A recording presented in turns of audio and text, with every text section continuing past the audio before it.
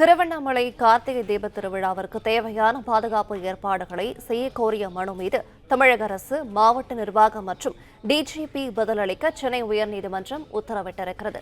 விவரங்களை செய்தியாளர் ஆனந்த் வழங்க கேட்கலாம். ஆனந்த், வணக்கம். விவரங்களை சொல்லலாம். வணக்கம். டிசம்பர் 3ஆம் தேதி கார்த்திகை தீபம் கொண்டாடப்பட இருக்கிறது. இந்த நிலையில் திருவண்ணாமலை அருணாச்சலேஸ்வரர் கோவிலில் லட்சக்கணக்கான பக்தர்கள் திருவார்கள் என்பதால் நெரிசலை சமாளிக்கவும் கூட்டத்தை கட்டுப்படுத்தும் வகையில் போதுமான பாதுகாப்பு மற்றும் அடிப்படை வசதிகளை ஏற்படுத்த வேண்டும் என கோரி வழக்கறிஞர் யானை ராஜேந்திரன் என்பவர் சென்னை உயர்நீதிமன்றத்தில் பொதுநல மனு தாக்கல் செய்திருக்கிறார்.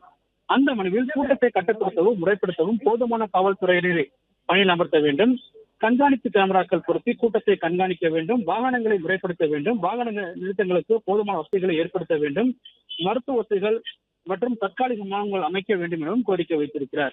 அதே போல கிரிவலப்பாதையில் போலி சாமியார்கள், திருநங்கைகள், மாற்றுத்திறனாளிகள் அனுமதிக்கக்கூடாது என்றும் கடைகள் அமைக்க அனுமதிக்க கூடாது என்றும் மனுவில் கோரியிருக்கிறார். மேலும் கோவில் மேற்கொள்ளப்பட்டுள்ள பாதுகாப்பு நடவடிக்கை குறித்து அறிக்கை தாக்கல் செய்ய மாவட்ட நிர்வாகத்திற்கு உத்தரவிட வேண்டும் எனவும் அவர் தன்னுடைய மனுவில் கோரியிருந்தார். இந்த வழக்கு நீதிபதி பி பாலாஜி முன்பாக விசாரணைக்கு வந்தது. வழக்கு விசாரணை கேட்டுக்கொண்ட நீதிபதி மனு தொடர்பாக தமிழக அரசு, திருவண்ணாமலை மாவட்ட நிர்வாகம், காவல்துறை ஆகியோர் நவம்பர் 24ஆம் தேதிக்குள் பதிலளித்து உத்தரவிட்டு விசாரணையை அன்றைய தினத்திற்கு தள்ளி வைத்திருக்கின்றார். விவரங்களை வழங்கியமைக்கு நன்றி. பிளே ஸ்டோர் மற்றும் ஆப் ஸ்டோரில் இருந்து பாலிமர் செயலியை QR கோடு மூலம் பதிவிறக்கம் செய்யுங்கள். செய்திகளை உடனுக்குடன் பெறுங்கள்.